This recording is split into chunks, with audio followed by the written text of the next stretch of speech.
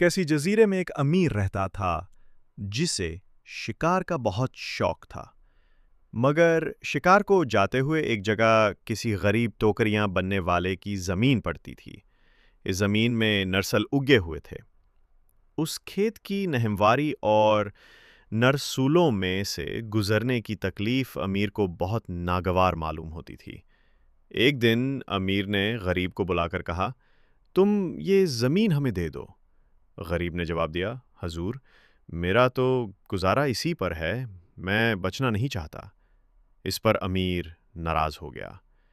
پہلے تو اس نے غریب کو خوب پٹوایا، پھر زمین پر اگے ہوئے تمام تر سولوں کو آگ لگوا کر جلا دیا، جس پر غریب روتا ہوا بادشاہ کے پاس چلا گیا۔ بادشاہ نے امیر کو بلا کر حال پوچھا تو امیر نے جواب دیا، بے شک میں نے اس ذلیل آدمی کو اس لیے مارا اور اس کے کھیت کو جلایا ہے کہ اس نے میرے حکم کی تعمیل نہ کی تھی۔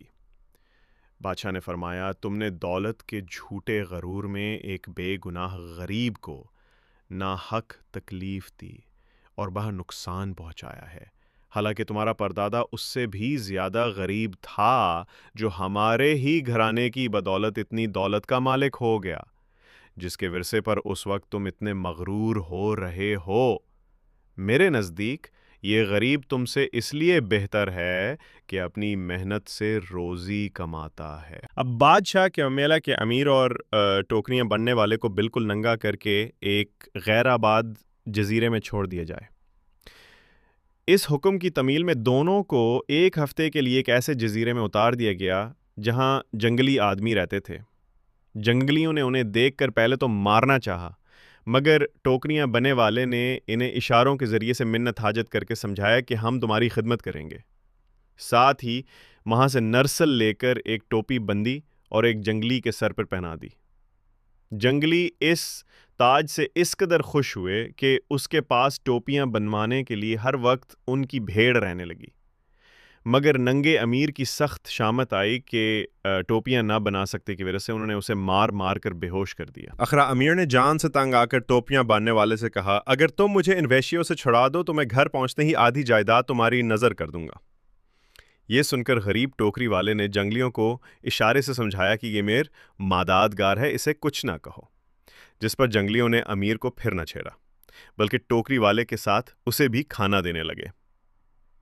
جوں تو کر کے ہفتہ ختم ہوا تو ایک سرکاری کشتی آ کر انہیں یہاں سے پھر بادشاہ کے روبرو لے گئی۔ بادشاہ نے سب قصہ سن کر امیر سے فرمایا، تم نے دیکھ لیا دولت کا محل کیسا ناپاک دار، اور اس پر غرور کرنے والا کیسا احمق اور نالائق ہے۔ اصلی دولت مند وہی ہے جو ہنر جانتا اور محنت کر سکتا۔ اب جاؤ، پرنا وعدہ پورا کرو اور اس غریب کو اپنی آدھی جائیداد بانٹ دو۔